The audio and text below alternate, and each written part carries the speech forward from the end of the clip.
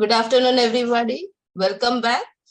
First, we'll complete statistical distribution and then we'll move to measures of central tendency. Okay, so last time we were talking about the weights of students of Xavier College. There were 36 students, and then using that, we were able to make the frequency table. Okay, so we made the table where we made the class interval because the class length was already given to us as 5, and then we found the range, and using the range and the class interval, we were able to find class length, we were able to find out how many class intervals I would have.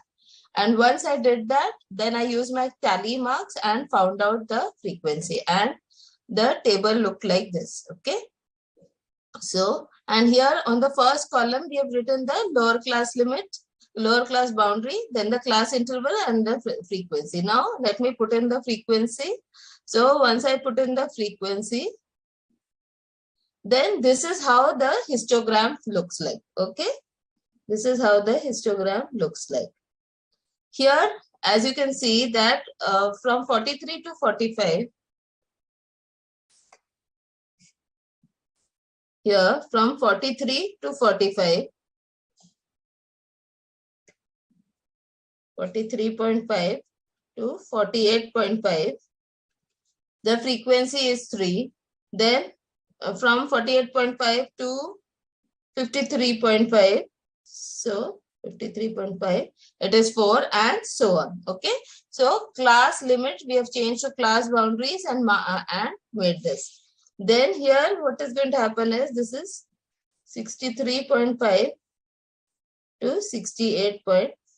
Okay, in this, why I'm choosing this? Because this is with highest frequency.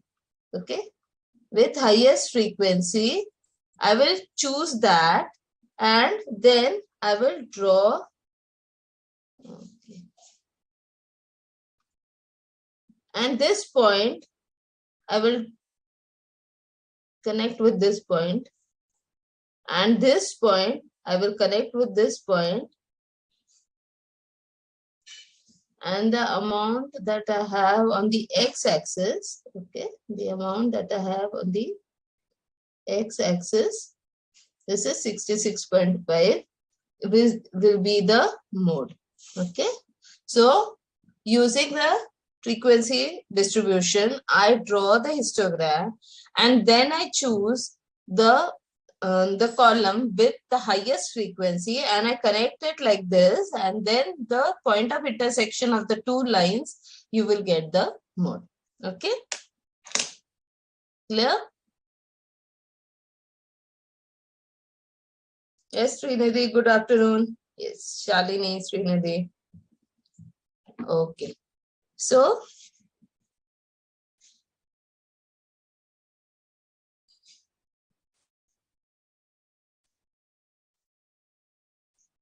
then we go to the next, that is the frequency polygon. We were discussing that. So I'm trying to show you this, that in this, how we will draw it. It's given in the book, but I will show you. Okay, over here for frequency polygon, I will first find the midpoints, and then using the midpoints and the frequency, I'm going to plot it. So what I do is, what is the midpoint here? It is 44 plus 48. Okay, it is plus 44 plus 48 divided by 2. Okay, for this class interval, I get this. Okay, then here, what do I get? This will be 51. This will be 56. Then this will be 61. This will be 66. And this will be 71. Okay, as you can see, there is a difference of 5, which is equal to the class length. Then what we do is, we will also write 1 above this also. So 66, below 66, 46 is how much? I will have 41. So here I'm going to write 41. And here I'm going to write 76. Okay. So that a frequency polygon is always a closed diagram. Okay. So it's a closed graph. So from here I have it till here. Is that clear? So this is your frequency polygon. So for each midpoint, so for 46 I've marked here as 3. Okay, you can see it over here. Then for 51 it is 4 and so on and so forth. Okay, so this is your frequency polygon. Then we go to, which is very important, is the cumulative frequency. Okay, so we will go to cumulative frequency. In this, we will write down the lower class boundaries like this. Okay, I will show you this calculations. Okay, this is my normal frequency distribution. Okay, I'm plotting my lower class boundary and my frequency 0, 3. Okay, now for the weight of the students lies between 44 and 48. Is there any student whose weight is below 44? No, because that is a minimum weight that we have. Remember, we had used the raw data and we made the class intervals from it using tally marks. Okay, so the lower class boundary, that is 43.5, I have 0 frequency. Okay, there is no student with weight less than 43.5. And then I take 48.5, 53 and so on. Now we have what is called as less than cumulative frequency and more than cumulative frequency. So let us plot the less than cumulative frequency. Now in this, you start with the 0. Then what will this give you? Less than cumulative frequency will give you number of students with weight less than 48.5. Okay, this cell will give you information, that is plus 0 plus 3. Okay, so there are 3 students whose weight is less than 3. Okay, there are 3 students whose weight is less than 48.5. Now let me find out how many students are there whose weight is less than 53.5. So here what will happen? This will be plus this cell. Okay. That means already there are 3 students whose weight is less than 48.5. Also, there are 4 students whose weight is between 48.5 and 53.5. So we say that there are this 3 plus this 4, that is there are 7 students whose weight is less than 53.5. Then what will this be? This will be this plus this. Okay. So there are 12 students whose weight is less than 58.5. Here it will be 12 plus 7 less than 63.5. Then 19 plus 9, this will be 28. And 28 plus 8, 36. So there are 36 students whose weight is less than 73.5.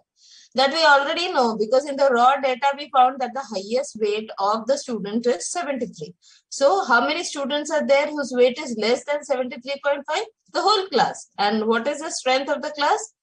36. So there are 36 students whose weight is less than 73.5. Okay. So this is the cumulative, less than cumulative frequency. So you can see the orange graph over here. Okay, this orange graph is showing you less than cumulative frequency. So you can see it is curved in this manner. Now let us go to more than cumulative frequency. In more than, we say that how many students are there whose weight is more than 43.5? Now we know that the minimum weight is 44. So how many students are there whose weight is less than more than 43.5? That is all the students, isn't it? Because the minimum weight is 44. So when I'm saying 44, less than 44 is 43.5. So how many students will be there? All the students will be there. So I have written 36 over here.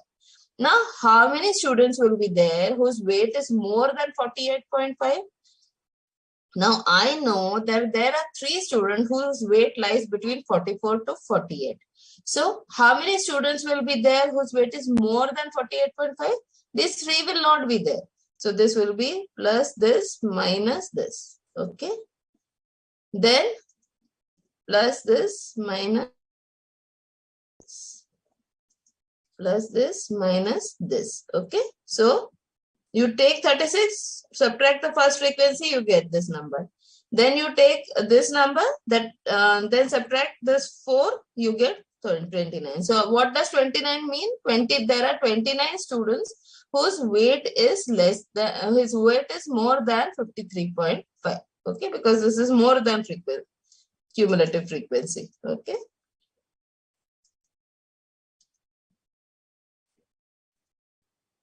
Okay, can you see that when you start the more than cumulative frequency with the whole number of class, all the students in the class, and when you come to the last, you get a 0.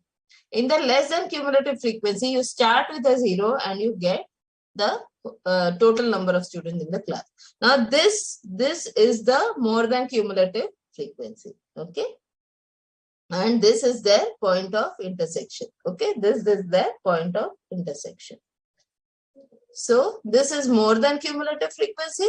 The orange, the gray one is more than cumulative frequency. The orange is less than cumulative frequency. And this is the intersection. Okay. So you can solve so many sums in statistics using the graphical method. You also, when they are making reports, they will always present data in this form also, so that just looking at the graphs, you can draw so many conclusions. Okay. So this is all about the graph that we needed to understand, that is histogram, that is the diagrammatic representation of data, histogram, frequency polygon, and cumulative frequency. Okay, so we have shown you less than and more than cumulative frequency. Okay.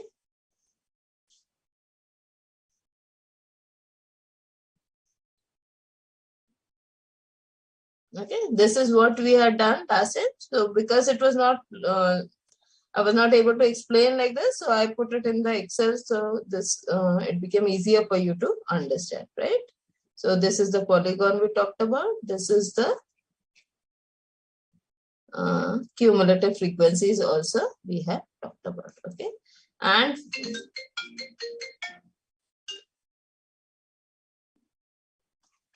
so now what we have, I will just show you how to calculate again this cumulative frequency, because we will be needing it in median also. Now 43.5, that is, this is a, for this class interval, what is the lower class boundary? 43.5. For this interval, what is the lower class boundary? 48.5. Then this will be 53.5. Then 58.5, 64.5, 63.5, and 68.5. Okay, so I will write this over here. 48.5, 53.5, 58.5, then 63.5, and 68.5. You have 73.5. Okay, so we always take one below the lower limit and one above the lower limit. So we just write it up. So for how many students are there whose weight is less than 43.5? 0. Now how many students are there whose weight is less than 48.5? This 0 plus this 3 I'm going to take. Okay, this 3 plus 3, which is equal to 3. How many students are there whose weight is less than 53.5? So this 3 I will take plus the frequency of 4. Okay. So this is 7. Then this 7, next frequency is 5. Okay, so plus 5. So this is 12. Then 12 plus 7, which is equal to 19. Then 19 plus this 9 is equal to 28. And 28 plus 8 is equal to 36. Okay. Now let us go to more than cumulative frequency. So How many students are there whose weight is above 43.5? This will be 36, all the students, okay? Because the minimum weight is 44. Now, whose weight is more than 48.5? This will be 36 minus this 3, okay? 36 minus this 3, which is equal to 33. Then you have 33 minus 4, which is 29. Then 29 minus 5, which is equal to 24. Then 24 minus 7. This 7 is equal to 14. Then 14 minus, missed out. Oh, yes. Okay, I did it. 3, 4.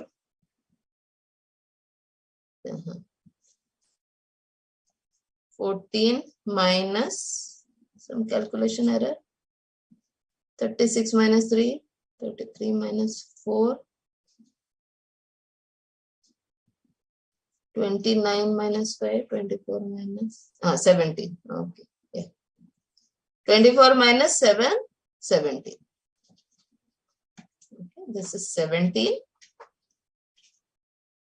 Then 17 minus 9, which is equal to 8. And 8 minus 8 is equal to 0. Okay.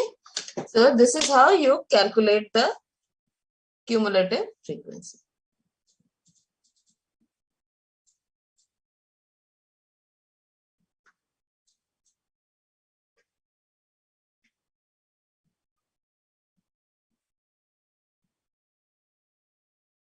Yes, good afternoon, Jyoti, Amit, Rohini, Mohammed, Diksha, Bhumika, Bihu. Yes, Ustad, Rafika. Yeah, Zeba, clear? Very good.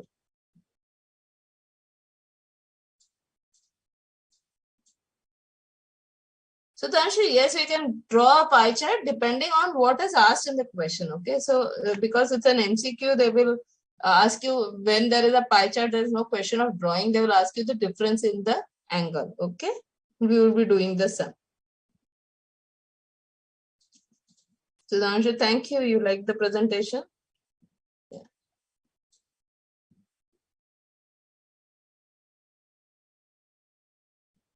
Subhashri, you were not there in the last chapter, last lecture. That is why you're not understanding the difference between the cumulative boundary, okay, the class boundary. So please revisit the video, you will get it. Okay. So yes, Kushal, you understood? Very good. Okay.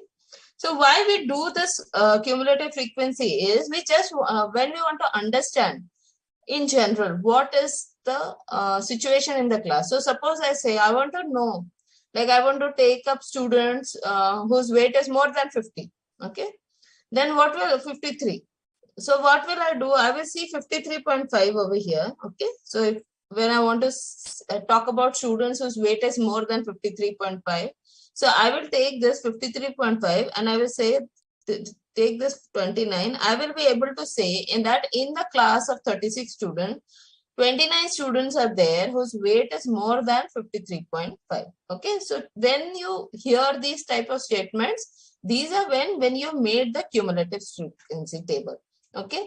All you have to do is while making less than cumulative frequency, you have to keep adding the frequencies, and while making the more than frequency table, more than cumulative frequency table, you will subtract. Okay. Just do that much. When we do more sums, you will understand it. Okay. So this is what we have shown. Okay. So same graph we had drawn over there and we have shown this. Okay. So 0, 0 plus 3, 3 plus 4. Okay. This 3 plus 4 and we have drawn this. Now there is this concept of frequency density of a class. So same example we are taking. Frequency density of a class, it is defined as the ratio of frequency of that class. So suppose we are taking this frequency of that class corresponding to the class length. Now what is the class length here? 44 to 48 class length is how much? It is 5. Now what will be the frequency density, if I try to write down frequency density of this class will be 3 upon 5. This 3 upon 5. Now I know that for all these classes, my class length is 5. So what will be the frequency density of the next class? It will be 4 upon 5. Frequency density of next class, it will be 5 upon 5. Then 7 upon 5. Then 9 upon 5. And then 8 upon 5. Okay. Just take the frequency divided by the class length. You will get the you will get the frequency density. Okay. Now relative frequency and percentage frequency. Okay. Now we have relative frequency, and here we'll write down percentage frequency. Now what does relative frequency means? It is the ratio of the class frequency to the total frequency. Now here, what is the class frequency? 3. And what is the total frequency? This 36. So 3 upon 36, which is equal to 1 upon 12. What will be here? It will be 4 upon 36, which is equal to 1 upon 9. Then this will be 5 upon 36. This will be 7 upon 36. This will be 9 upon 36. Relative frequency, frequency of the class divided by total frequency. 8 upon 36. Now, what is the percentage frequency? The same thing when we do in terms of percentage. Okay. So here what will happen? I will just multiply this by 100. Okay. Just multiply the relative frequency by 100. Okay. So when you have percentage frequency is the ratio of the class frequency to the total class frequency expressed in terms of percentage. So this will be 300 upon 36. This will be 400 upon 36. This will be 500 upon 36. This will be 700 upon 36. This will be 900 upon 36. And this will be 800 upon 36. Is that clear? This is the meaning of frequency density, relative density, and percentage frequency. Yes, Shivangi, understood? Very good.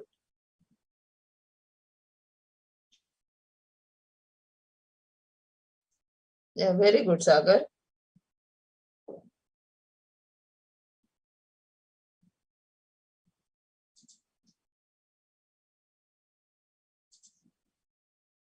Pratidnya, yes, it is just there in the study material. Same thing we have taken there.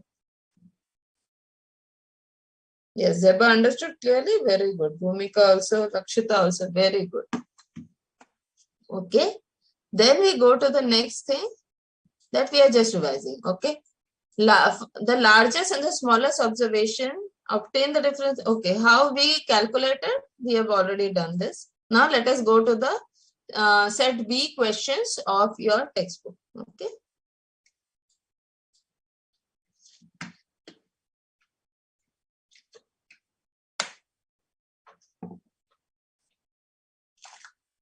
Out of 1000%, 25% were industrial workers and the rest were agricultural workers.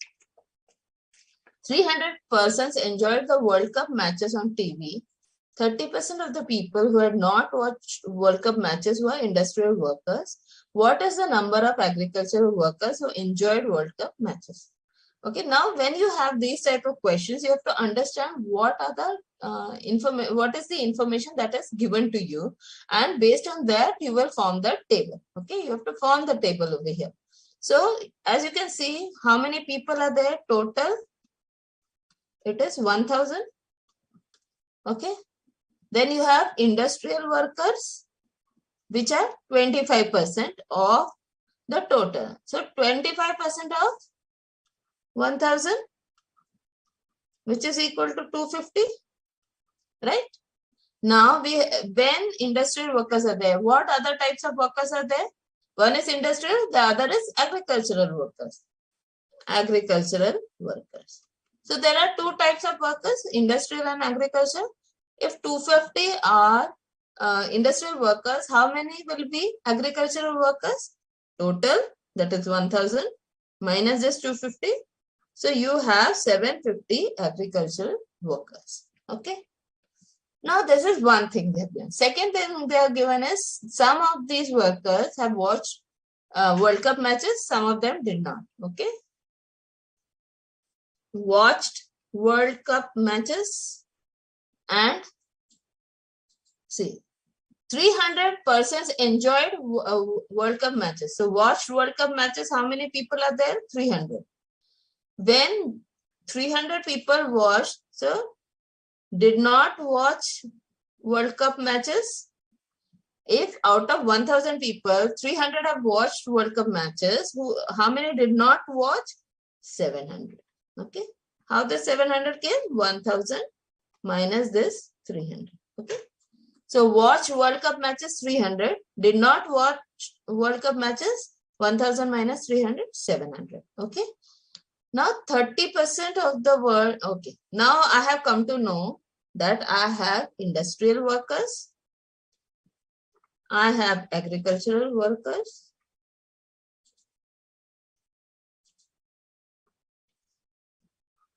I will have a total column, then I will have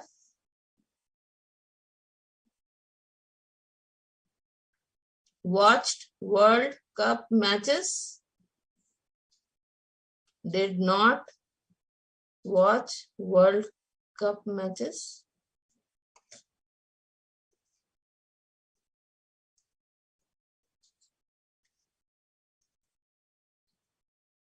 did not watch World Cup matches. Okay.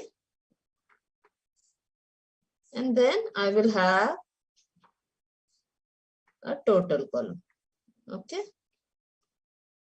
Now total of industrial and agricultural workers is how much? 1000. Total of those who watch and who did not watch is also 1000. Okay. Now let us fill in whatever information I have. Now I have 1000 is a total that I have written. Industrial workers is 250. So total of industrial workers means those who watched the World Cup and those who did not watch, total is 250. Therefore, agricultural workers total is 750. Okay. This 250 I have taken, this 750 I have taken. Total of World Cup matches who enjoyed World Cup matches is 300. Those who did not enjoy is 700. Okay. So I have this. Now what they are saying is, now let us go here. 30% of the people who had not watched World Cup matches were industrial workers. So this is 30% of 700, which is equal to 210, is the number of people, is the number of industrial workers who did not watch the World Cup matches. If that is so, how many agricultural workers did not watch World Cup matches? This I will get by 700. The 700 is total people who did not watch minus 210. So this is 490. Okay. This is 490. Okay. So using this 700 and this information that 30% who did not watch were industrial workers, I found out this 210. Now, total industrial workers is how much? 250. Those who did not watch the matches is 210. So, how many people watched the matches? How many industrial workers watched the matches? This is equal to 250 minus 210, which is equal to 40 industrial workers enjoyed watching the World Cup matches. Now, out of this 750, 490 people did not watch the World Cup matches. So, 750 minus 490, which is equal to 260.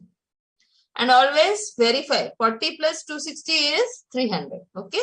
So, this is the way you have to know. Now, what are they asking? What is the number of agricultural workers who had enjoyed the World Cup matches? So 260 are the agricultural workers who enjoyed World Cup matches. So do we have this number? Yes. Okay. I hope you've understood.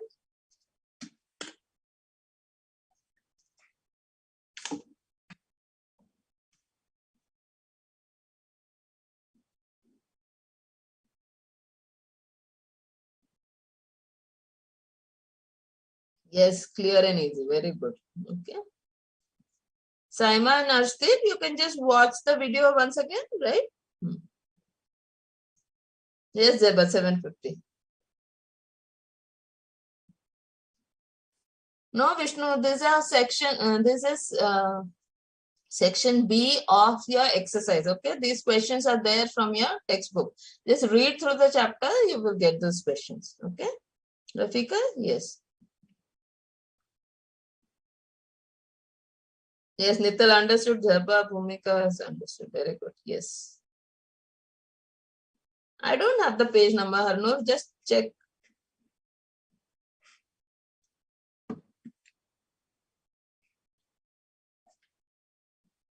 Okay. The second question from exercise B of section B of the exercise to this chapter.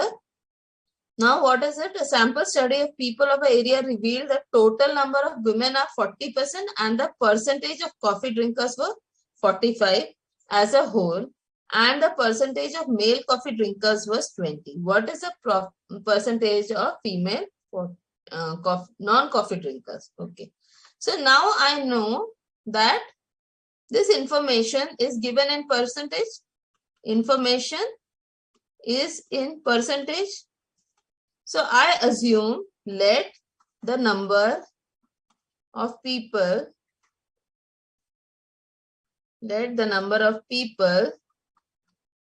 be 100. Okay. Let the number of people be 100. Now what are they saying? Number of women were 40%.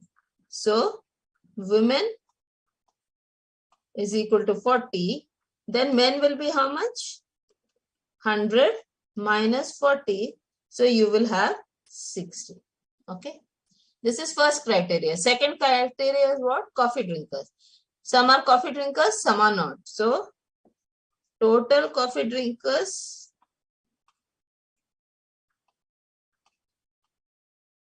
that is male plus female, men plus women is how much? This is given to me as 45 as a whole, they are saying. So 45 people drink coffee. So how many? So number of people who don't drink coffee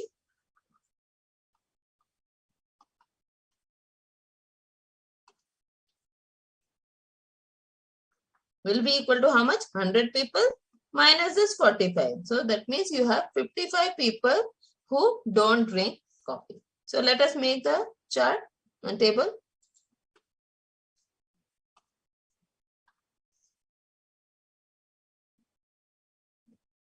Okay, so I have men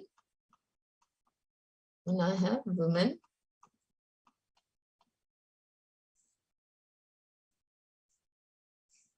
And I have total. And on top, what do I have?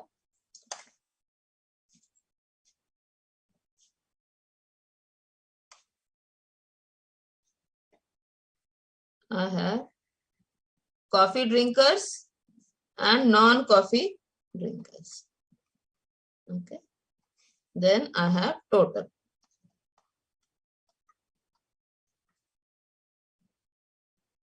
Now I will write down whatever I have. What is the total number of people? 100. What is the total number of women? 40. What is the total number of men? 60. Okay. This 100, this 40, and this 60 I have written. Now how many total coffee drinkers? 45. So non-coffee drinkers? 55. Okay. This 45 and then this 55. Now what are they saying?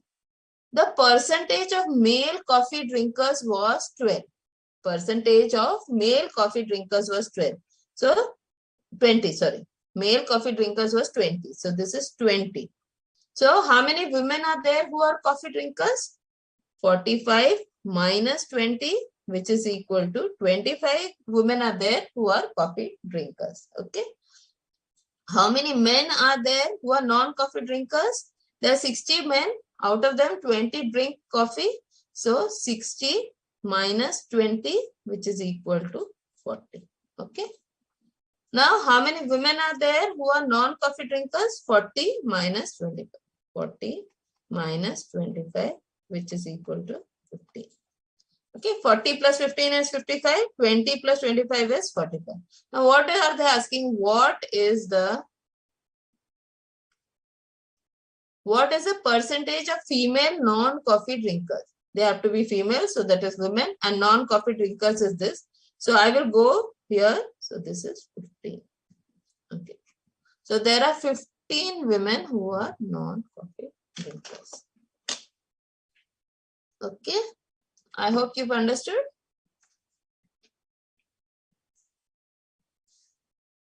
Yes, Sagar, you liked it? Okay. Yes, somebody was asking about the pie chart, pie chart and pie diagram. Yes, so here we will make the pie chart.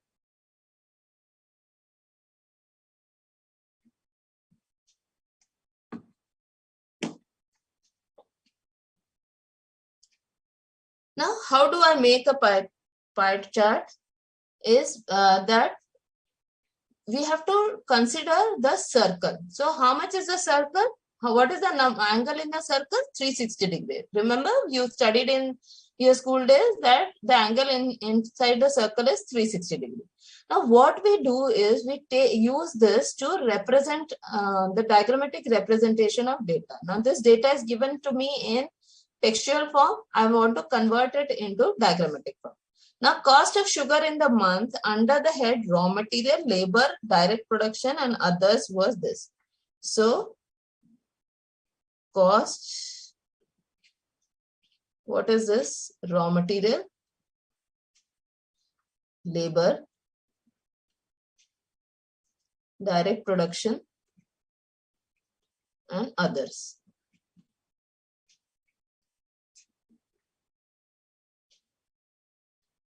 How much was raw material? 12, 20, 35, and 23. Okay. So let us calculate. Total cost is how much? 12 plus 20 plus 35 plus 23. That is 90. Okay. So there is 90 rupees is the cost. Now pay attention. Now I say this total cost is equal to 360 degree. Okay. This total cost I want to represent in 360 degree. Okay. Now how do I find out what is the angle that I must use for raw material? So this is equal to this number. Okay. I will show you for one. This number divided by this number into this number. Okay. So this will be equal to 12 into 360 divided by 90. So 12 into 360 divided by 90 is equal to 48 degrees. Now here it will be 20 into 360 upon 90. 20 into 360 upon 90. This is 80 degrees. Then 35 into 360 upon 90. 35 into 360 divided by 90. 140 degrees. And last will be 23 into 360 upon 90. 23 into 360 divided by 90. This is equal to 92 degrees. Now I have to just be careful. I will add these total angles to see whether or not I've got 360. So that is a hint that I want to give you so that you will not make a mistake. Sometimes we make a mistake in calculation. So I will be able to make out whether I have done that or not. So 48 plus 80 plus 140 plus 92 is 360. Okay. So my calculations are correct. Now what they're asking is, what is the difference between the central angle for the largest and smallest component of sugar cost? Now what is the largest component? Production. Largest component is direct production. What is the value for it? It is 35. Rupees 35. What is the angle for it? It is 140 degree.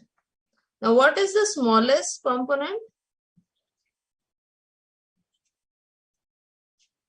Smallest components is raw material. Okay. What is the cost? Rupees 12. What is the angle? 48 degrees. Okay. So what are they asking you? Difference between the central angle. Difference between central angles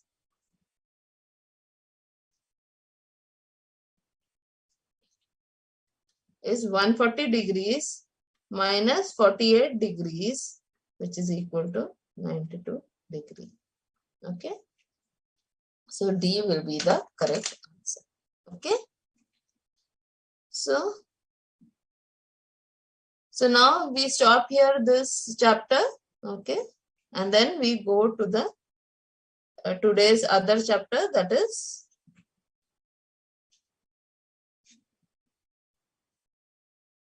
measures of central tendency, which is also a very exciting topic.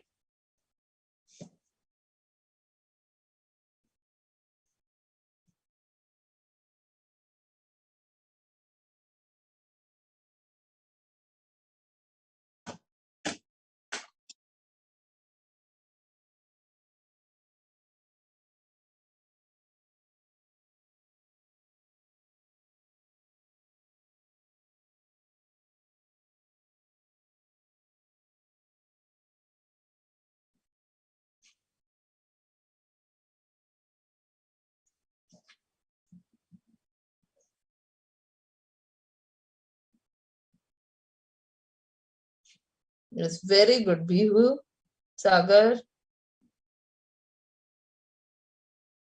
Yes, because they asked about taking the largest and the smallest. So we are taking maximum minus minimum.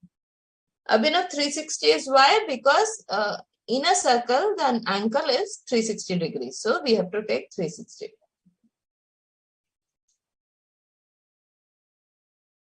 Yes, Sagar, 12 to 40.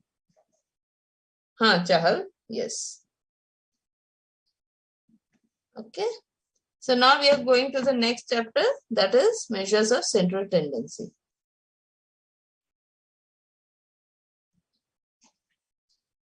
Okay, here, so you can take down these formulas that we will be dealing with while we're doing this chapter. This chapter will be taken up today and the next lecture also. So arithmetic mean can have, when you have discrete data, so summation x upon n. When you have discrete data with frequency, you have summation fi xi upon n. And when you have the class intervals, then we use this. And this is assumed mean formula. Okay. We'll be going through all this. I'm just trying to give you a rough picture. Then this is the formula for median. These are the formula for quartiles. Then modes. Then there is an empirical relation between mean, median and mode. That is mean minus mode is equal to 3 times mean minus median. And then you have geometric mean. And then you have harmonic mean. This is what we are going to cover in today and the next lecture. Okay, now coming to the concept of what is central tendency. Now see, when you have data, you will find that the data tends to cluster towards a particular value. Okay, and usually it is to the central value of the distribution. Okay, so it is clustering towards a particular value, and then therefore we say it is a central tendency. That is the tendency of the data to cluster. This central value is called as measure of central tendency. Now, depending on the data you have, you will use different types of measure. So you may use mean. If it is more relevant, you may use median, or you may use mode. Okay. Then which are the things we are going to study? We are going to study arithmetic mean, median, mode, geometric mean, then harmonic mean. Okay. This is all in your syllabus. Arithmetic mean, median, mode, geometric mean, and harmonic mean. So why do you have so many different measures? This is because not all data sets are same. Some data sets are better represented by other measures. Okay. So when I'm talking about weights, like we will be talking about the weights of the students of Xavier College. So that time what we are doing is we are taking them together and we are finding the mean. So that amount is going to represent, that value is going to represent the average weight of the students in the class. Okay. Now when I'm talking about marks of the students, I may say that I would like to find out what is the average marks, but you may also want to know how many students have got that average marks, or what is the number of students who have got the most common marks. All these different types of questions can be answered using the different types of central tendencies.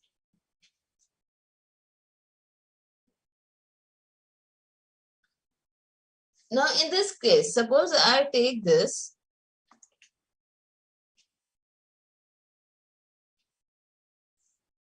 My data is 1,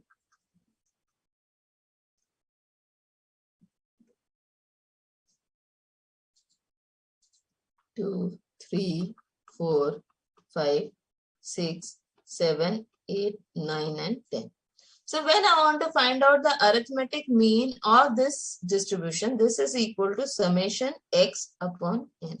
What is summation x? Means adding up all the numbers. So this is 1 plus 2 plus 3 plus 4 plus 5 plus 6 plus 7 plus 8 plus 9 plus 10. Upon number of numbers is 1, 2, 3, 4, 5, 6, 7, 8, 9, 10. So how much is this total? So let's see how much the total is.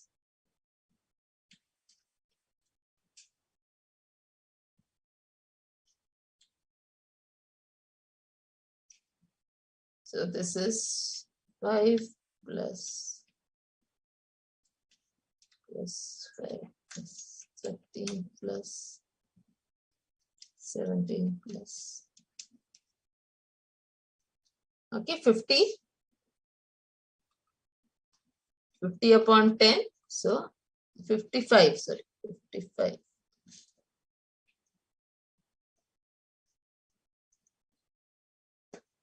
55 upon 10. So that is 5.5. Okay, what does it represent? That the average of these numbers is how much? 5.5. So where will 5.5 lie? 5.5 will lie between 5 and 6. So this is 5.5. Now, median is 5. Okay, now we'll see median.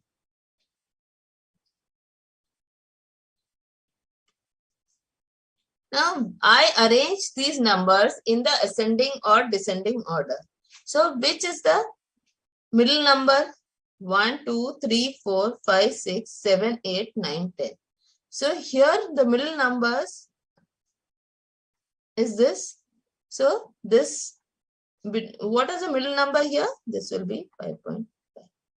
Okay. So here I can see that they are very similar. When I have this kind of data, it is very similar. Now, let me see this. Now, what happens is when I try to take, this is 1, 2, 3, 4, 5, 6, 7, 8, 9, and 10,000. Now, here the arithmetic mean, if I try to find out this arithmetic mean, which is equal to summation x upon n, when I add this and I get this 1004.5. I am getting 1004.5. Is it a proper representation of the data?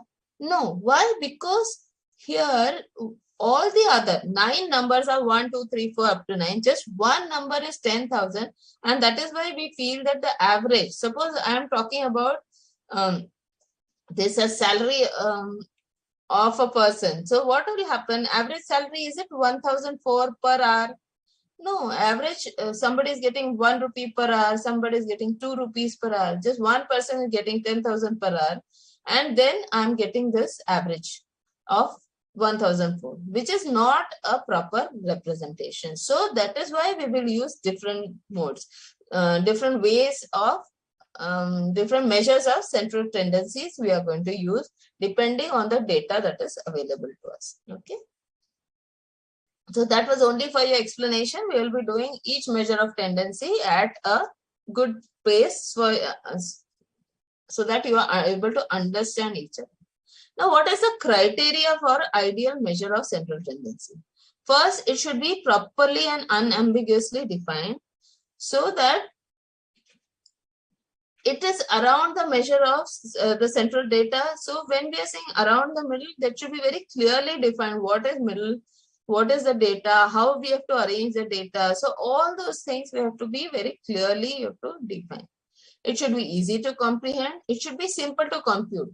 Okay, you may have a measure of tendency, central tendency, which is so complicated to calculate that you say let it be. It should not be happen that way. This measures of tendencies should be easy to calculate and easy to comprehend also. Okay, these should be based on all the observations. They should have certain desirable mathematical property, and they should be least affected by presence of extreme observations. Okay, so they may ask you these questions. Okay, they may give you 4-5 points and tell which of them is true or which is not true. Okay, so the criteria for ideal measure of central tendency is these 6 points. Now let us go to the first measure of tendency, that is the arithmetic mean.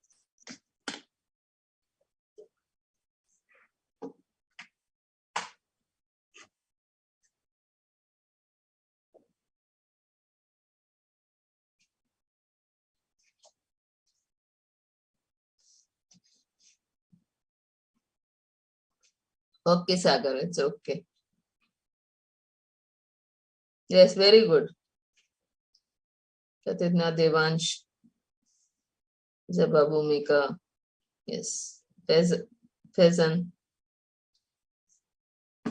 Okay, now we are studying the arithmetic mean. Okay, what is arithmetic mean? It is the sum of all observations divided by the total number of observations. This arithmetic mean is something that you and I are always using, like right from class 1. When they ask you how many marks did you get, so final exam, what is your result? You always tell them the average. You don't tell them I got so much in English, so much in Hindi, so much in accounts. You don't say that, right? You give them the average. Okay, whatever marks you've got, you divide it by total the marks divided by the number of subjects that you have, and that figure that you have, you say, okay, I scored 70%. So that is arithmetic mean. Okay.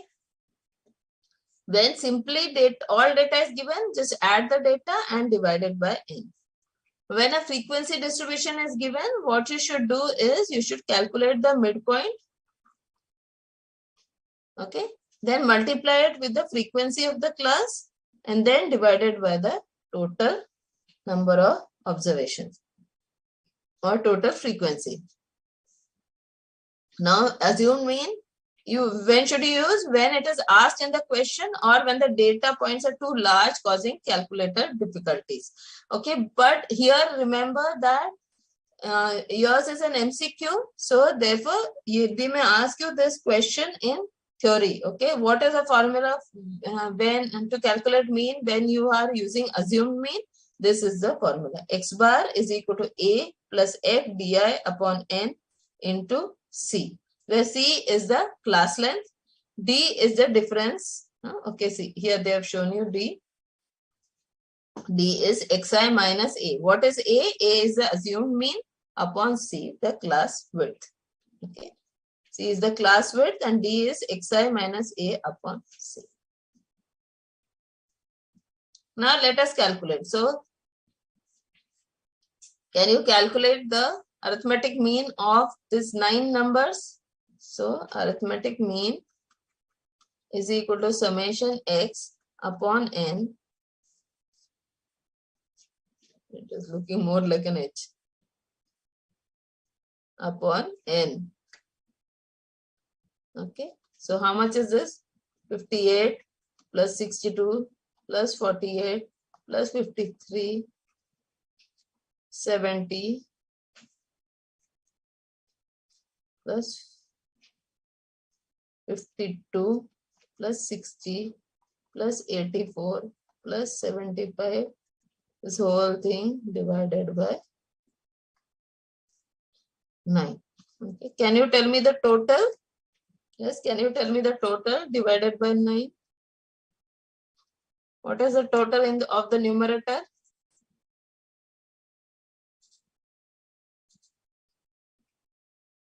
Yes, Lakshita, Bhumika, Pratidnya, tell me. What is the total of 58 plus 62 up to 75?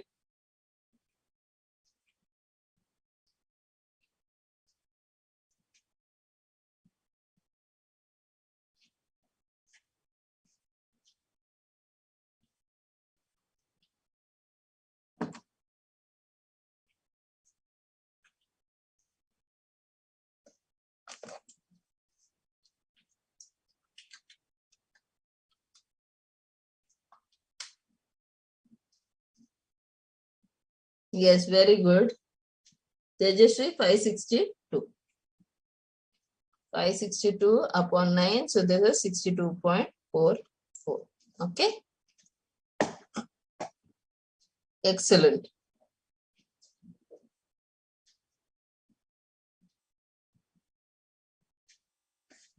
Yes, Chahal.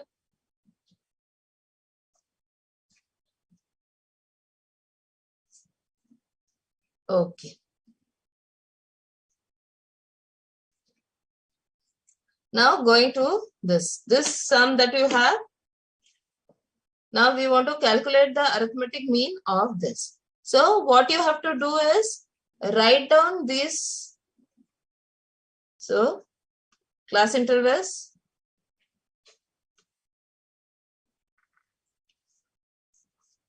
(44 to 48), then 49 to 53, then 54 to 58,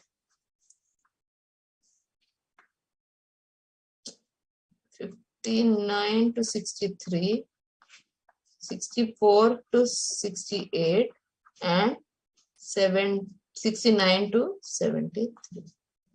Okay, first thing I will find out x. X is the midpoint. Now what is the midpoint? For 1 I will show you 44 plus 48 divided by 2, which is equal to 44 plus 48 is how much? 92. 92 divided by 2, which is equal to 46. And so on, I can calculate. For the others, it will be 51, then it will be 56, then it will be 61, 66, and 71. Now, what is the frequency for first class interval? It is 3, 4, 5, 7, 9, 8. What is the total? The total is 36. Okay. Now, what I have done is For the first exam, this example only, I am calculating everything so that it becomes easier for you to understand. Right from raw data that we have, from there we made the frequency distribution. And from the frequency distribution, now we are trying to find out the arithmetic mode. Now, what is the next step? So first I found the midpoint. What is x? X is the midpoint. I found midpoint of all the class intervals. Then I've found I've written down the frequency. I've checked the frequency, and then I will find out f into x. So I will multiply this 3 into this 46, and how much will I get? 138. Okay.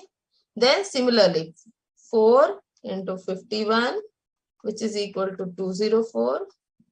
Then 5 into 56, which is equal to 280. Then 7 into 61, which is equal to 427. Then 9 into 66 is equal to 594. Then 8 into 71 is equal to 568. Can you find the total for me? Okay, can you find out? And this is known as summation fx. Change the color. This is summation fx, and this 36 is summation f. Okay, so arithmetic mean is given by summation fx upon summation f. Now, how much is summation fx? Can anybody tell me?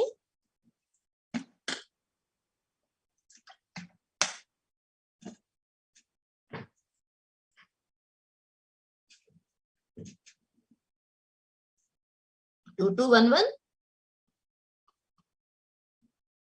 Yes, child. Good.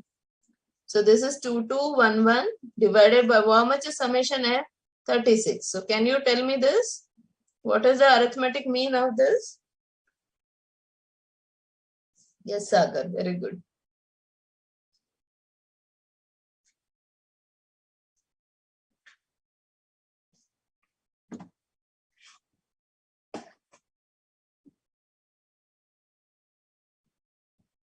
Is it 61.58 or 61.42? Kushal and Lakshita, which of you are correct? 2211 divided by 36, 61.42. 61.42. Okay. So this is your arithmetic mean of the group of BBS students of St. Xavier's College. So that is the average weight of students in the class is 61.42 kgs. Okay. So this is kgs. Okay. Yeah. Any doubt up till here?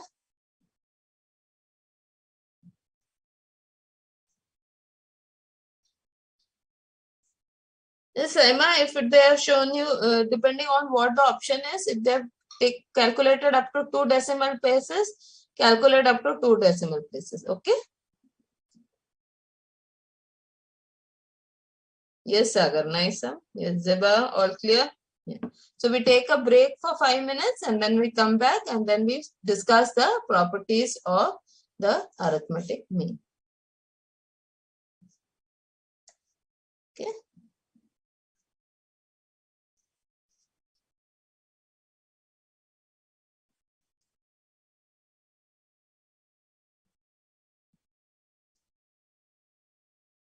We know break le rahe hain.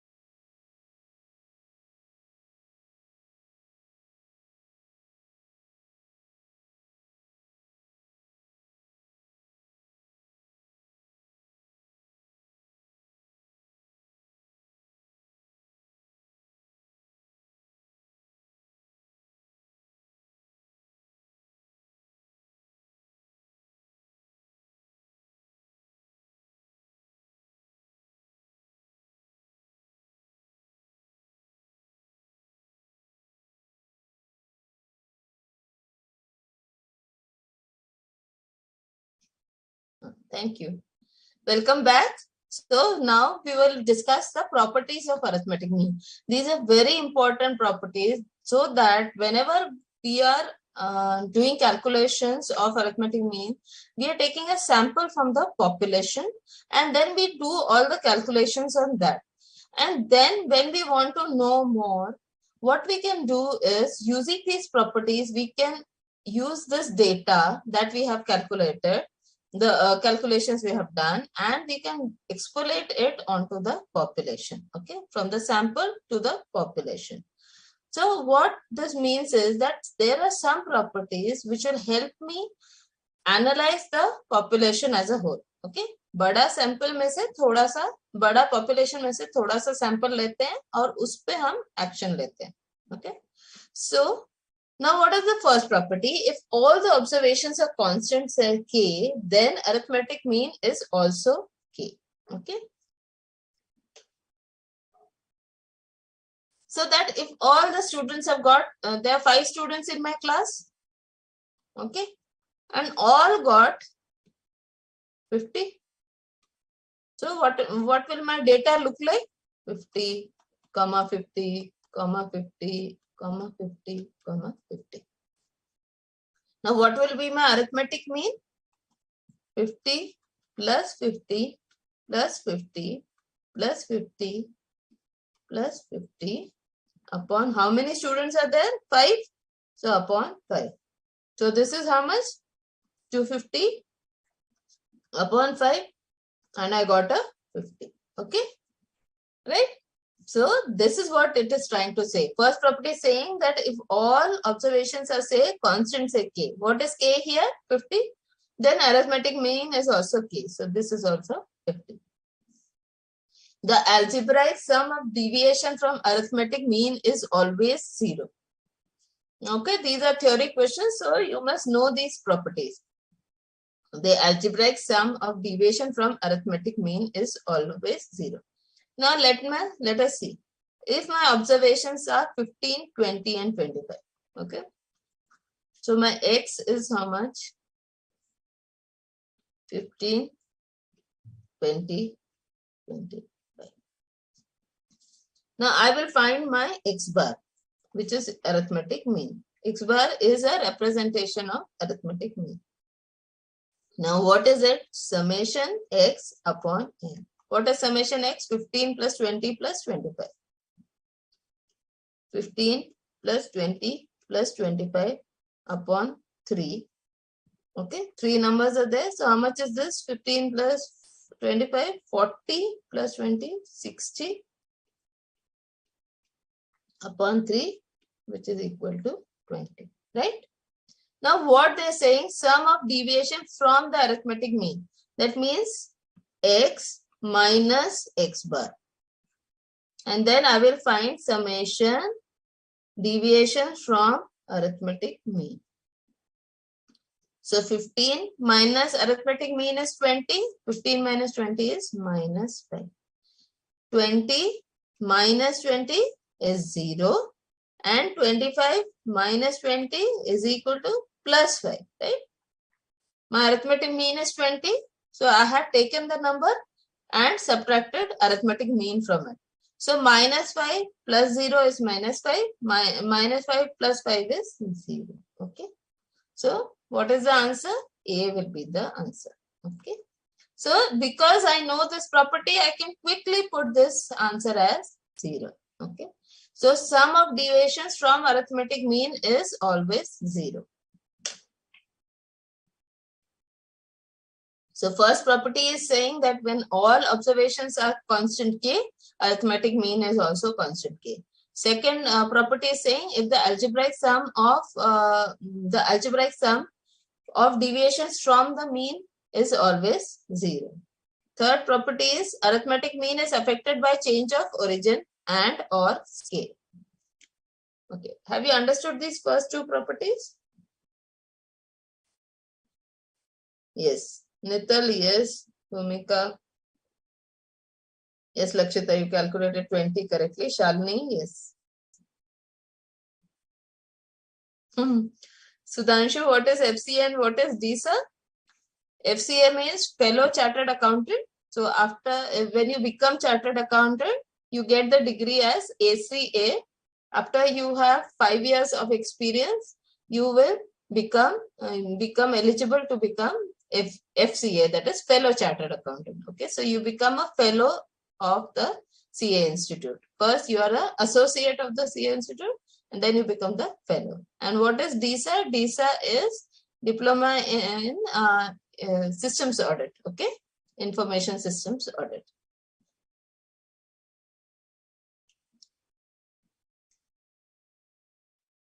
Now, if we change, now getting to the third, arithmetic mean is affected by change of origin and scale.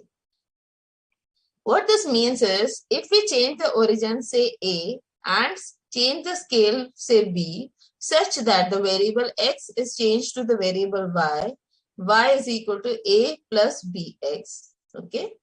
So, now y is A plus bx. Okay. So, what I did, I changed the origin. So, suppose this is the case. This is my origin. Now, I want to take it here. So, how much is this? This distance is A. And earlier my scale was, say, 1. Now it has become B. Okay. So, this becomes, so my point X here, which was in the earlier scale, now becomes how much? That we want to see. So, y is equal to A plus B. When they say, then the new mean will be equal to A plus B x bar. Okay. Then the new mean will be y bar is equal to A plus B x bar.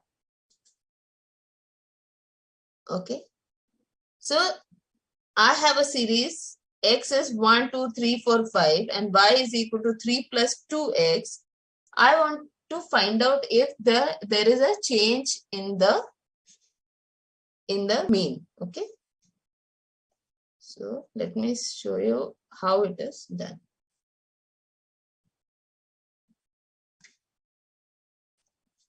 Now, I have the values x, 1, 2, 3, 4, 5. Now, can you tell me how much will be x bar? X bar will be 1 plus 2 plus 3 plus 5 upon 5.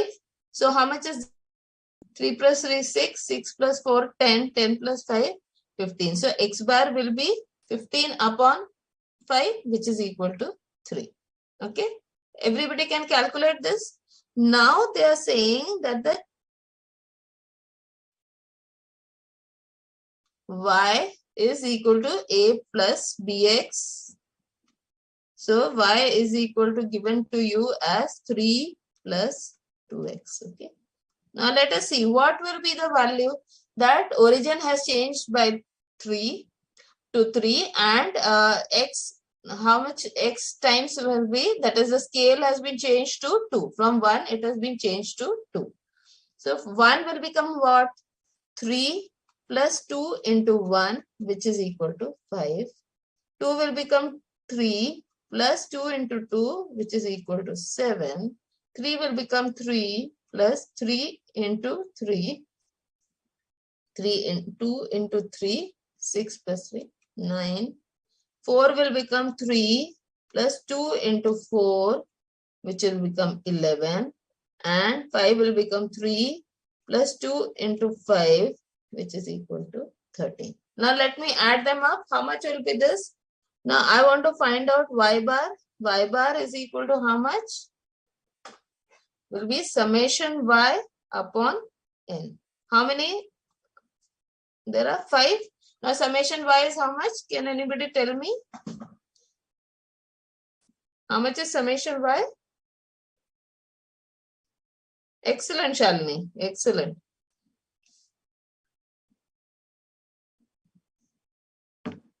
Well, plus 22 plus 11. 12 plus 22 plus 11. 45. Which is equal to 9. Okay.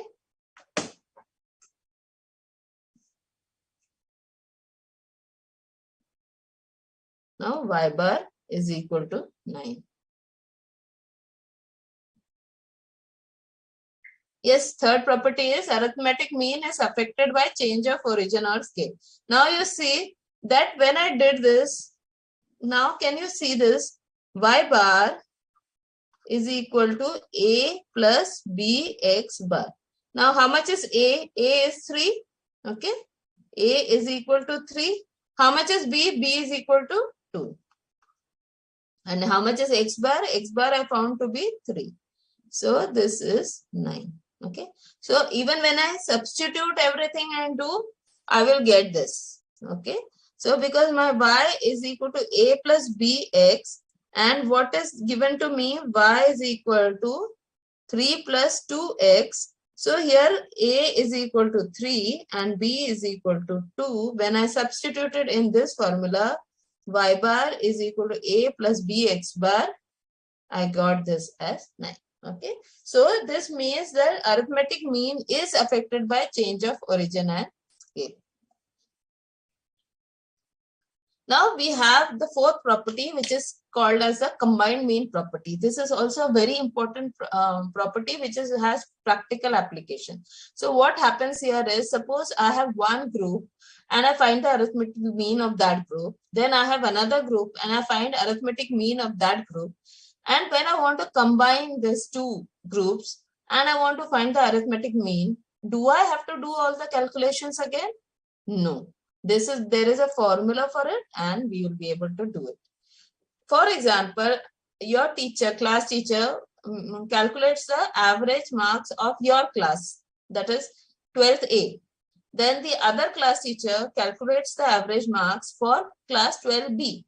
Now what the principal will say, what is the average of students of class 12? She will not want it division wise, she will want it together.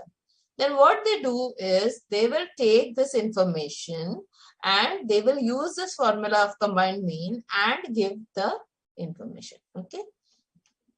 So what is the formula? That is a combined mean formula.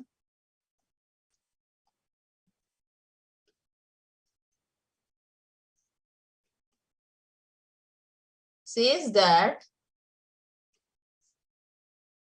when you have group 1 with n1 people with x1 bar as the average, and you have another group 2 with n2 people and x2 bar as its average, then when I want to find the total average, when I want to find the average of the combined groups, then that is given by x bar, which is equal to n1 x1 bar plus n2 x2 bar upon n1 plus n2, where n1 is the total number of people in group 1, n2 is the total number of people in group 2, x1 bar is the average of group 1, x2 is the arithmetic mean of group 2. Okay, this is the formula. Okay, so we have done these 4 properties. Okay, so first property is what? First property is talking about if all the observations are constant, then arithmetic mean is also constant. Then the second property is algebraic sum of deviation from the arithmetic mean is always 0. Third property is saying that arithmetic mean is affected by change of origin and scale. Fourth property is saying that when we have two groups, then I can find the combined average mean as x bar is equal to n1 x1 bar plus n2 x2 bar upon n1 plus n2. There are certain other properties also we will see.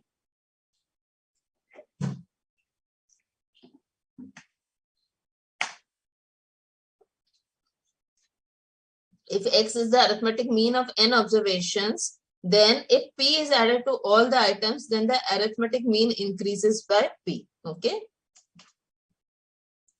What this means is, suppose I have observation 1, 2, 3, and if p is added to all the items, so suppose I add 4 to all the items, so what will this become? 1 plus 4, 5. What will become 4 plus 2? 6 and 4 plus 3? 7. What is the x bar here? X bar for this property, for this is 2. X bar is 2. Now what will happen over here? 5 plus 6 plus 7 upon 3, which is equal to 6. Okay. What is the difference? New average is 6. Old, this is the old arithmetic mean. What is the difference? 4. Okay. Isn't that the number we had added? So it means that if P is added to all the items, then the arithmetic mean also increases by P. So 2 plus 4, 6. Okay. If P is subtracted from all the items, arithmetic mean is decreased by P. Okay. Same thing, x plus P, now it becomes x minus P.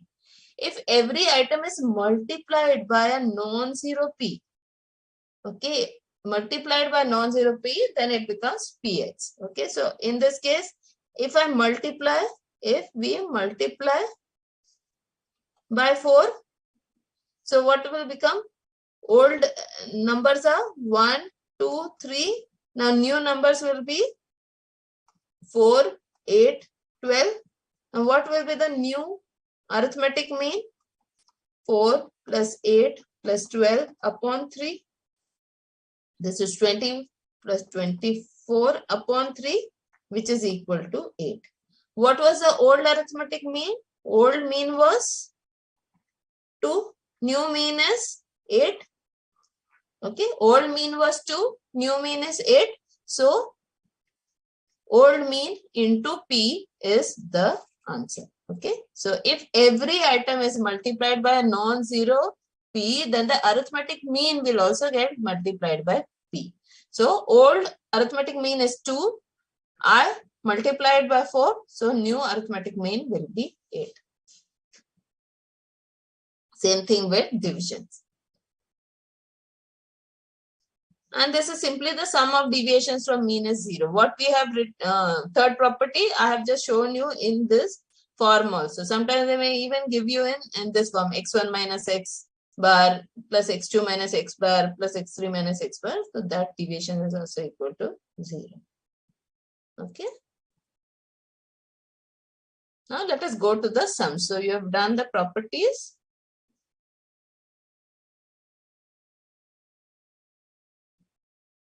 See, in practice means Adesh is that he is doing his own business. See, in service means what? He is taking up a job someplace. Okay.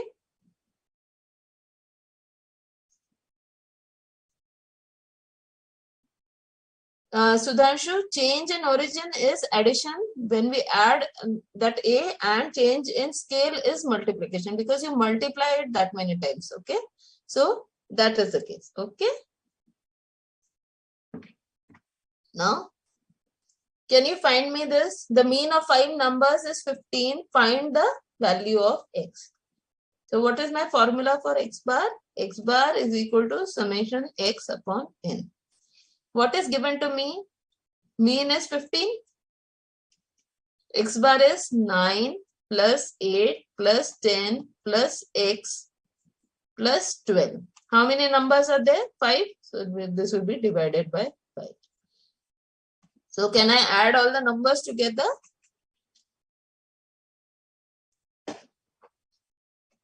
Nine plus 8, 17, 17 plus 10, 27 plus 12, 39. 39 plus x upon 5 is equal to 15. Now I cross multiply. So it will be 15 into 5 is equal to 39 plus x. Or x is equal to 15 5s are 75 minus 39. 1, 2, 3, 4, 5.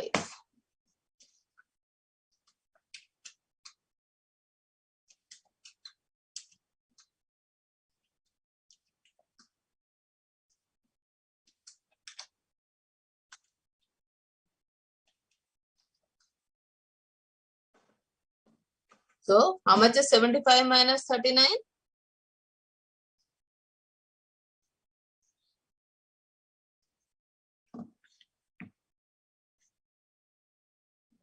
So that is 36. So what is the value of x? It is 36, right? Yes, wonderful. Yeah, very good.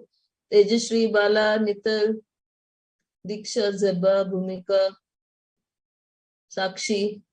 Yeah, very good, very good. Okay, so these are the types of sums you will get which are based on your arithmetic mean. Okay.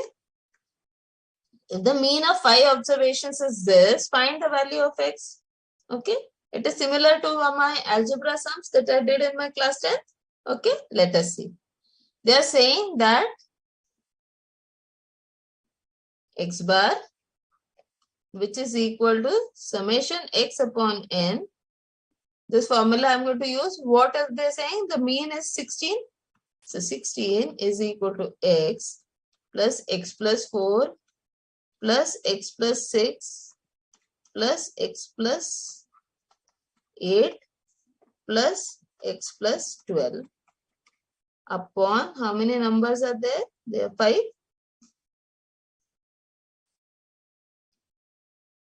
So let us see.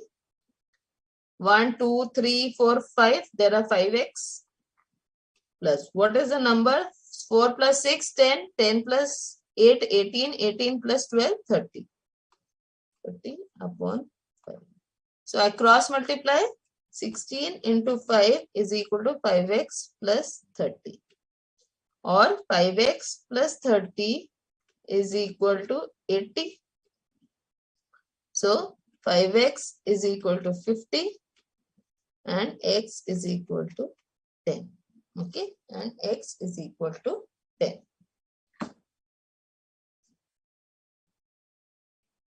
Yes, Rohini, very good. Gunjan, where did you get 12 from? Bhumika, Rohini, Zeba.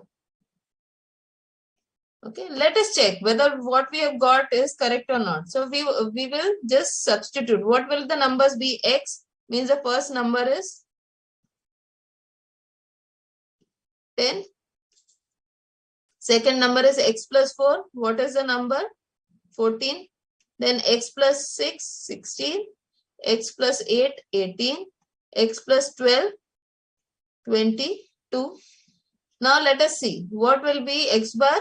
X bar of this will be this plus this plus this plus this and plus this upon 5. Now can you tell me how much is the total? Okay, can you tell me how much is the total?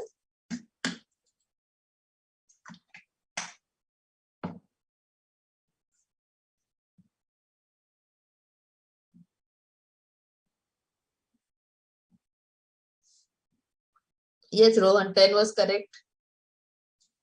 10 is correct. Very good. Now can you tell me this total?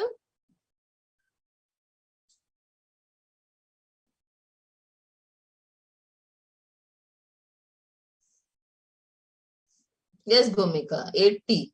80 upon 5, answer is 16, right? They have given me that this is 16 and when I substituted also, I got 16. So, right, I have got the same, I have got x is equal to 10, which is what they have asked and which is the correct answer. So, I have cross-checked also, right? Very good. Yes, Lisa. Lisa, first time you answered, what happened? Divya also. Yes, Divya. Shalini, Rohini, Lakshita, Jeba, Sagar. Okay. Yes. Yes, Adil. Now we will try to use this a little further and see. This is the correct, incorrect one. Okay. The mean of 40 numbers was found to be 38. Later on, it was detected that a number 56 was misread as 36. Find the correct mean. Okay. So I know the formula is mean is equal to summation upon number of observations. Okay, that I know. Now what I do is, the mean of 40 numbers was found to be 38. So incorrect, the incorrect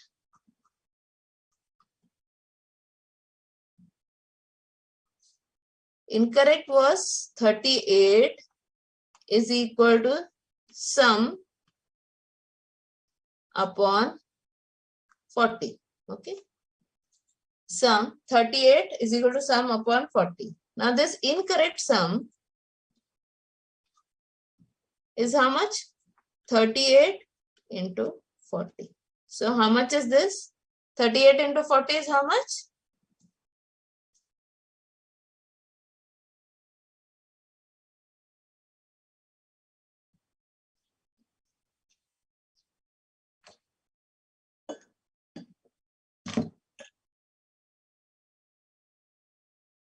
12, 13, 14, 15, 1, 5, 2, 0, right?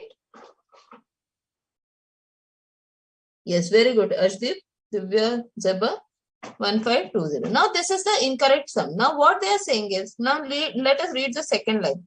Later on, it was detected that a number 56 was misread as 36. So correct summation, correct sum will be equal to incorrect sum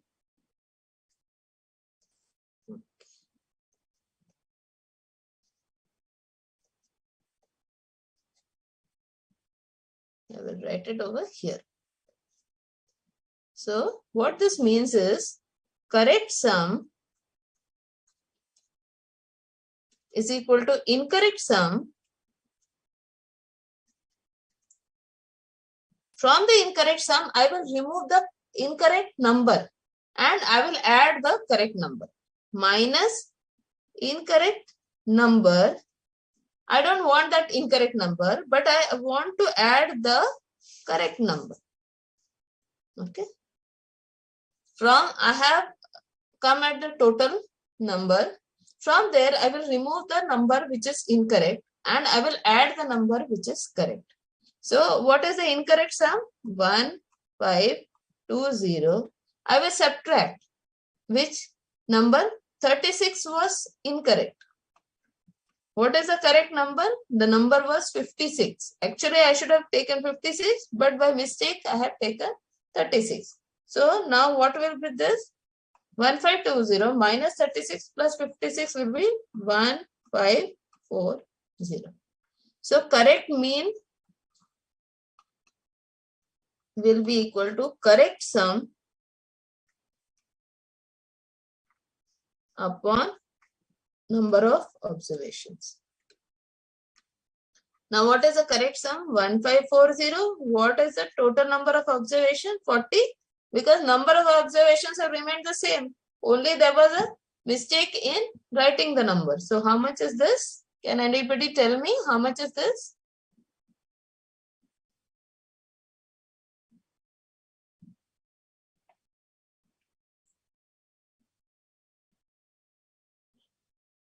Yes, Pratidnya?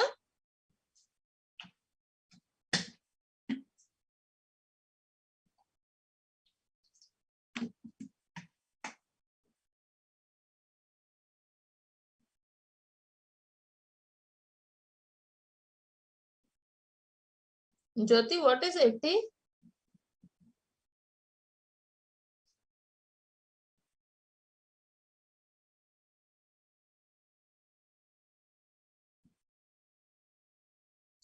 Vibhu, just check your answer. It is not a round figure. Yes, Sagar, Masoom, Jital, Zeba, Shalini, Arshdeep. Yes, Divya, Maidha. Yeah. So this is 38.5. Okay. So correct mean is 38.5. Okay. Bihu, if you are using a calculator, maybe you have put it not taking the you have taken a rounded value. So just make sure that it is there up to 2 decimal places. Okay.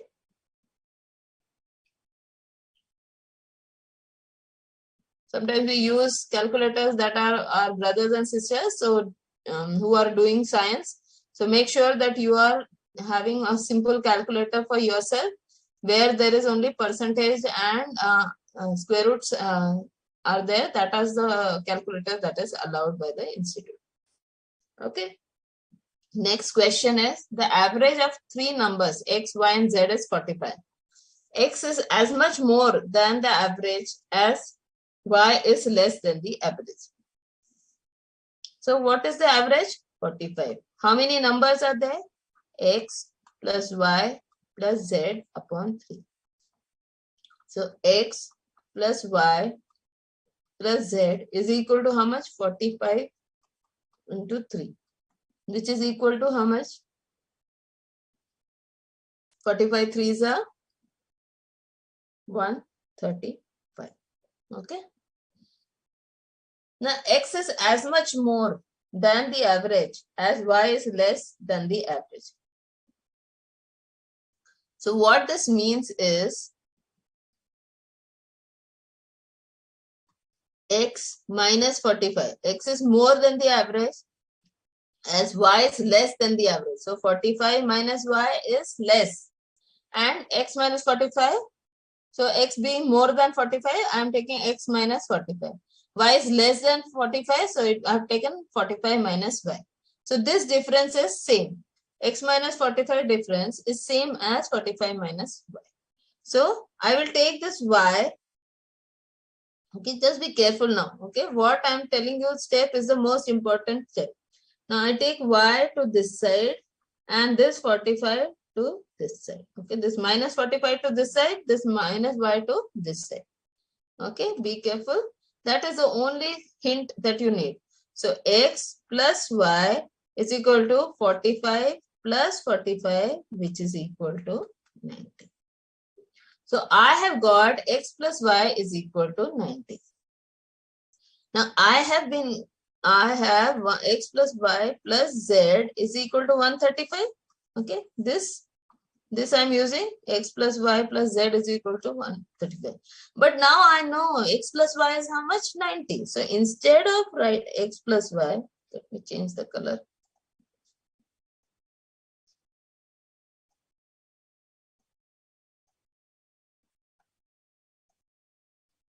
Instead of this x plus y, what can I write? I can write this as 90. So 90 plus z is equal to 135. So z is equal to what? 135 minus 90. Z is 45.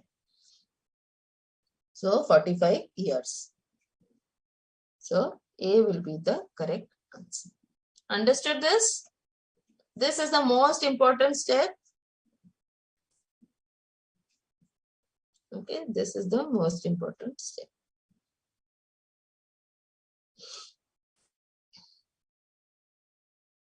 Let's say it. Gunjan, correct.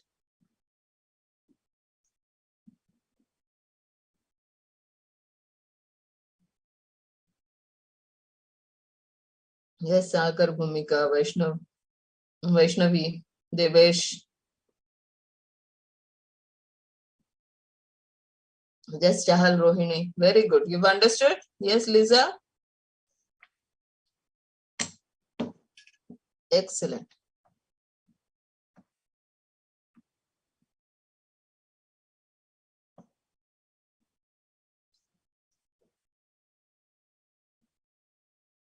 Yes, this is an important because see here you are able to change words into a equation. Okay, what was the word? X is as much more than the average as y is less than the average. So you should always practice these types of sum so that whenever they will give you such examples, you will be able to solve them easily. Okay. Rohan, I have already uploaded PPT. Yes.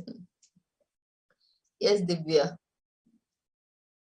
The next sum is the mean of 8 numbers is 25. If 5 is subtracted from each number, what will be the new mean? Okay, so when you read this type of questions, you should it should immediately click into your mind that this is a question on the properties of mean. So, which is the property? If P is subtracted from all the items, then the arithmetic mean decreases by P. So, if 5 is subtracted from each number, okay, so here they are saying from each number. So, from all items. So, same thing, then it will decrease. So, the mean is 25. If 5 is subtracted from all, so new mean is 20. Okay, this is old mean 25, new mean becomes 20. Okay, now using the combined mean formula. Now, what is the combined mean formula? Say x bar. The combined mean is given by n1 x1 bar, that is first group mean, and n2 x2 bar, second group's mean, upon n1 plus n2. Okay, this is the formula we are using. And what we'll be doing is, what is n1? 40, n2 is 60, because another group of workers 60, n1 is 40, n2 is 60. Now what is the average salary? Average salary is 5200 for one group. Average salary for the second group is 6800. Okay, so we have a group of 40 workers whose average salary is 5200. Then we have another group of workers, that is 60 workers, whose average salary is 6800. And I want to find the combined mean salary. So then in that case, I've written down the values of n1, n2, x1 bar, x2 bar. Can you tell me the mean, new combined mean? So x bar 40 into 5200. Okay, this 40 into this 5200 plus 60 into 6800 upon n1 plus n2, 40 plus 60. So upon 100, what will be 40 into 52? So 204123 plus 60 into 68 is 448. 4 is 408123. So can you tell me what the total is and what will be the value of x bar?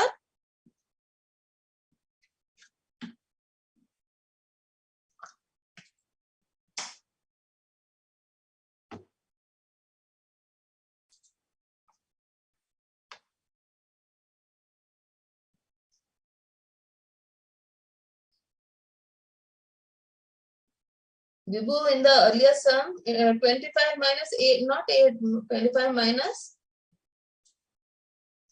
5. Okay, there are 8 workers. Okay, it was 8.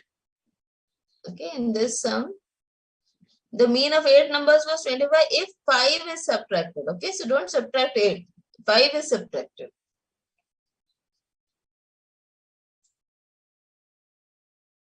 Yes, Diksha.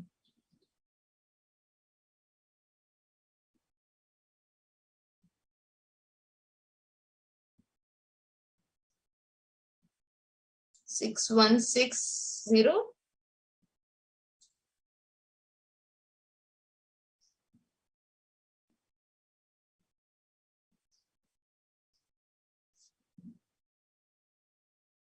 Arshdeep.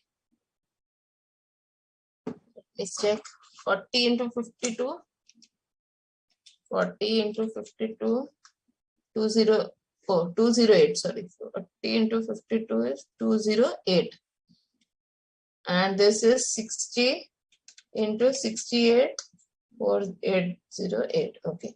408 plus 208 is 616, right? 616,000 upon 100, which is equal to rupees 6160. So what is the average salary for the whole group of 100 people? Okay, that is 6160 per month.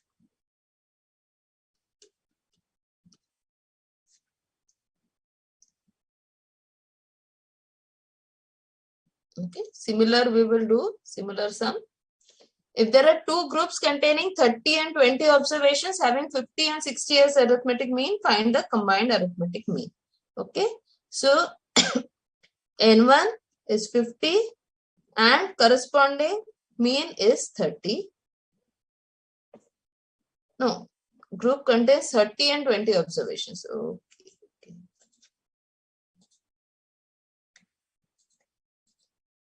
So if there are two groups containing 30 and 20 observations and having 50 and 60 arithmetic mean. So this is 30 observations having mean of 50, and another group is 20 observations and x2 bar is equal to 60. Find the combined arithmetic mean. So x bar will be equal to x1 bar, x1 into n1 into x1 bar. So that is 30 into 50 plus n2 into x2 bar. So 20 into 60 upon n1 plus n2. So 30 plus 20. So this is equal to 1500 plus 1200 upon 50. So this is how much? 2700 upon 50. So can you tell me the combined mean? 2700 upon 50 will be how much?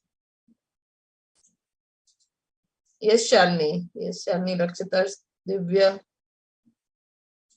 Vibhu, right. 54. Okay.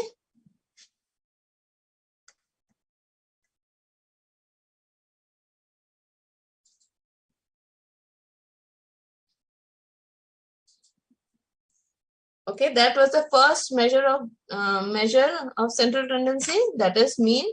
Now we go to the second measure of central tendency, that is median. Now what is median? Is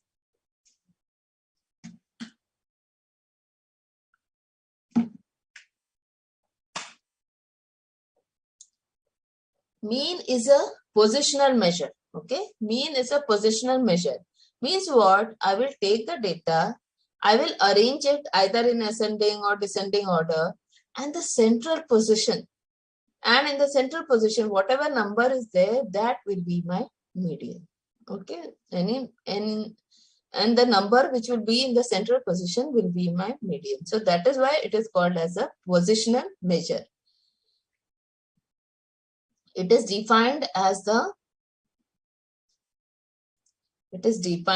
okay, so important word for median is the positional measure.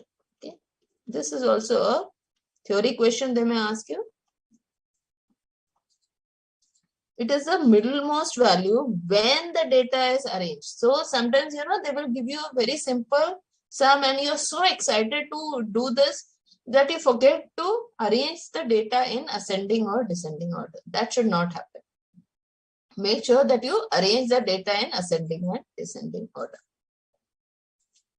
Now suppose the marks of student is given. Okay, 72, 85, 56, 80, 65, 52, 58. Identify the smallest number. So what is the smallest number? Smallest is 52. Okay, I've written that. Then after that, which is a little larger than that? 56. Then 65. Then 68. Then 72.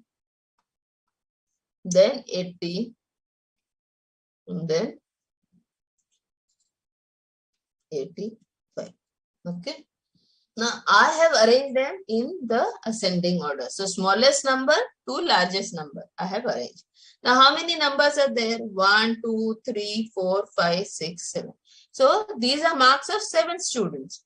Now I want to find the median marks. So means what is the central mark? So 1, 2, 3. What is the central number? Okay. 1, 2, 3, 4, 5, 6, 7. So central number is this number. So this will be the correct answer. So median is 60. Otherwise, what happens? You will take this. They have given you, and you will simply try to see the middle number. What will then it will be 80, but 80 is not the median. You have to first arrange it in ascending or descending order, and then the central value will be your median. Okay, first arrange, then middle. Remember the mantra for median: first arrange and then middle. Now, what happens? This is the case when you had odd number of observations. So it was very easy to find the middle value. What when I have even number of observations? So let us see this data. Now I have this data. So in this case, I have numbers 56, 82, okay, 56, 82, 82, 96, 100, 106, 110, and 120. So 1, 2, 3, 4, 5, 6, 7, 8. Okay, there are 8 observations. So what will be the middle observation? 1, 2, 3. Then these 2 will be in the middle because there are 3, 3 on the left and 3 on the right. Excuse me. Now I want one mean value. Okay, then what I do is this will be median will be not mean, median will be equal to 96 plus 100 upon 2, so 98. So median will be here, and that will be 98. Okay, so this will be the median. So therefore I will have 4 numbers on my left, and then 4 numbers on my right, and 98 in the middle will be my median. Okay.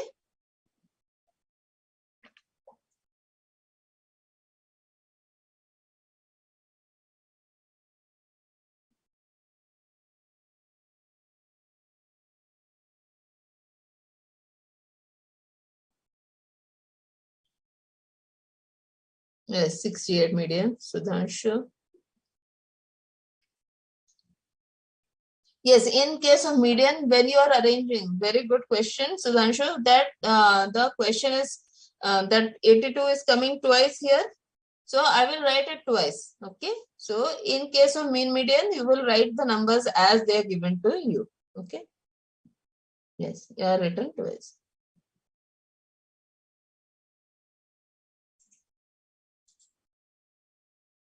Where have I written 10?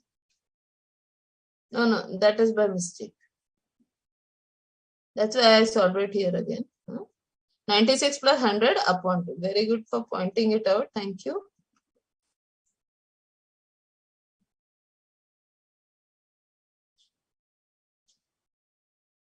Yes, Lakshita, 80 is the wrong answer in the earlier one. Okay. So because here what we did was we did not arrange. And if we did not arrange and we tried to find the median, we will get a wrong median. So first important is first arrange and then find the middle value. Okay. So we'll just discuss this formula and then we'll wrap it up for today. Now that is the question. Up till now we have done the median for discrete values. Okay, so numbers were given, we were able to do. But what about when we have frequency distribution? Then how do I find the median of a frequency distribution? So for that, the formula is for a group frequency, the formula is m is equal to L1 plus n by 2 minus NL, that is a lower limit, upon NU upper minus NL into C.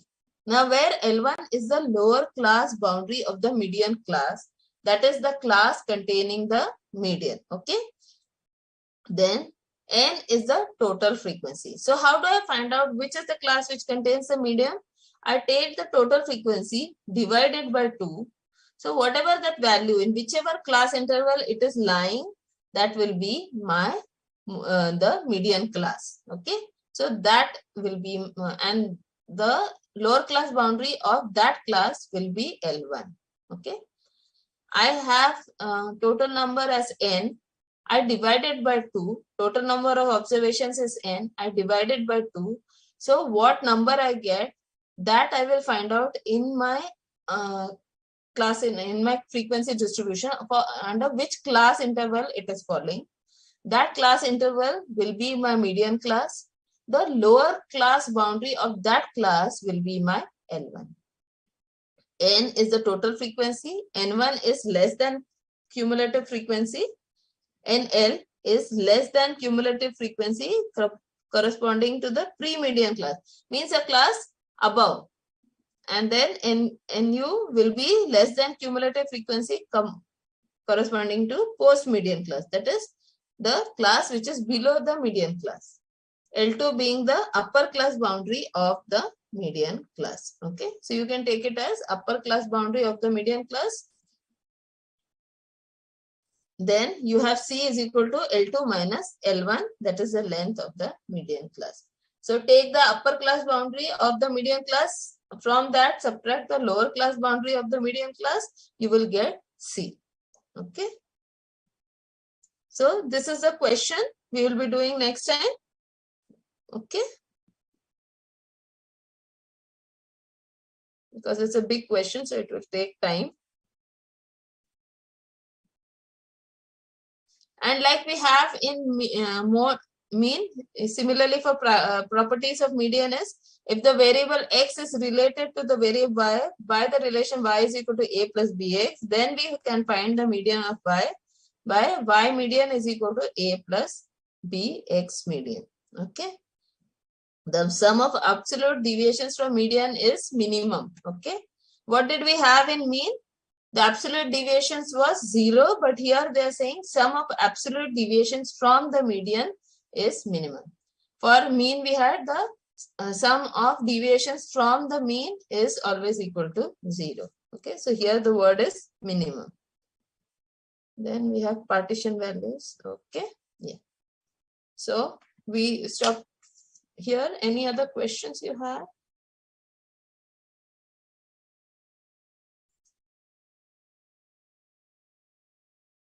Yes, Arshdeep, we will be doing all the formulas. That formula first slide, that where I put in all the formula, we are going to take some on each and every of those formula. Okay. Yes. Thank you.